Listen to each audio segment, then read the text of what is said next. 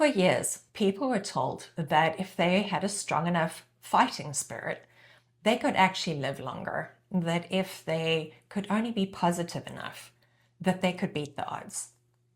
Unfortunately, the research shows different. Fighting the inevitable actually had no effect, no impact on overall survival or recurrence. And while I can't refute the science behind that conclusion, I do think they are missing nuance. Here's the way I see it. Let's say a study shows that the average survival time for a myeloma patient is 5 years.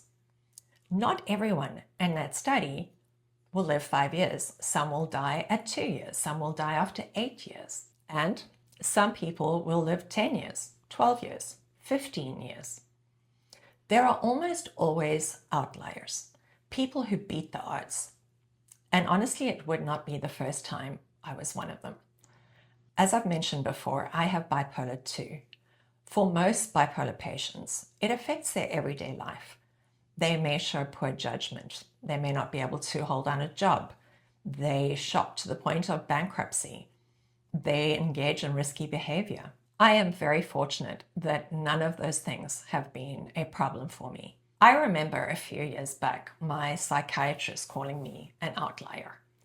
The truth is, I am high functioning. My term, not his. Apparently, that is no longer a politically correct label. Then there's my response to treatment. Without getting too deep in the weeds, multiple myeloma involves something called free light chains.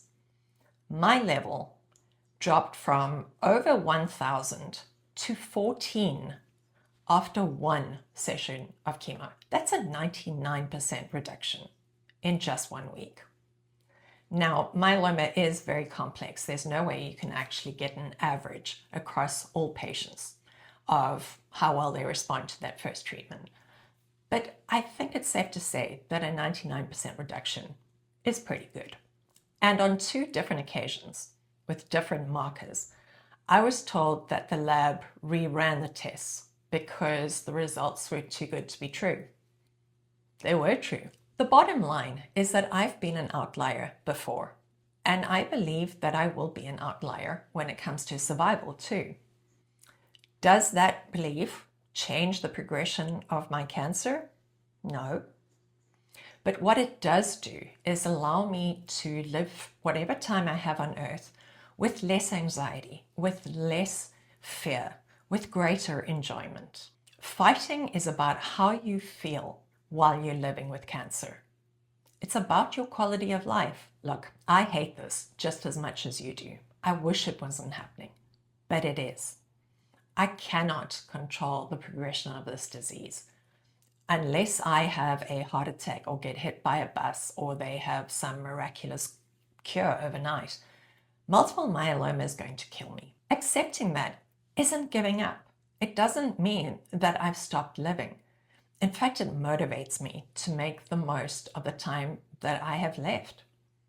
For example, this weekend, we are going to DC for a concert, Andrea Bocelli.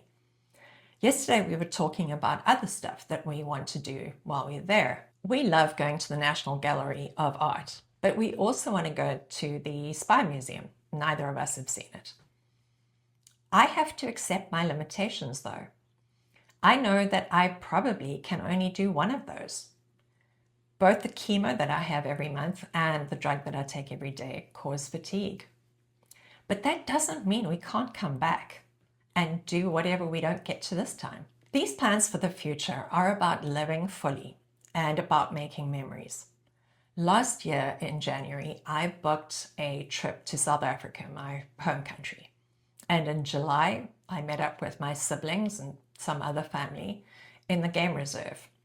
I will always cherish those memories, and I know they will too. This year, we've made plans to go to Croatia for 2 weeks. That's what fighting is about. It's not about battling cancer cells. Cancer's going to do what cancer's going to do. It's more about squeezing joy out of the time I still have. Now I realize that not everyone who's watching this is in remission. Some people are undergoing really harsh treatments. Others have relapsed with very little hope of getting back into remission. And some people are at the end of the road. So yeah, it is easy for me to talk about squeezing joy out of life.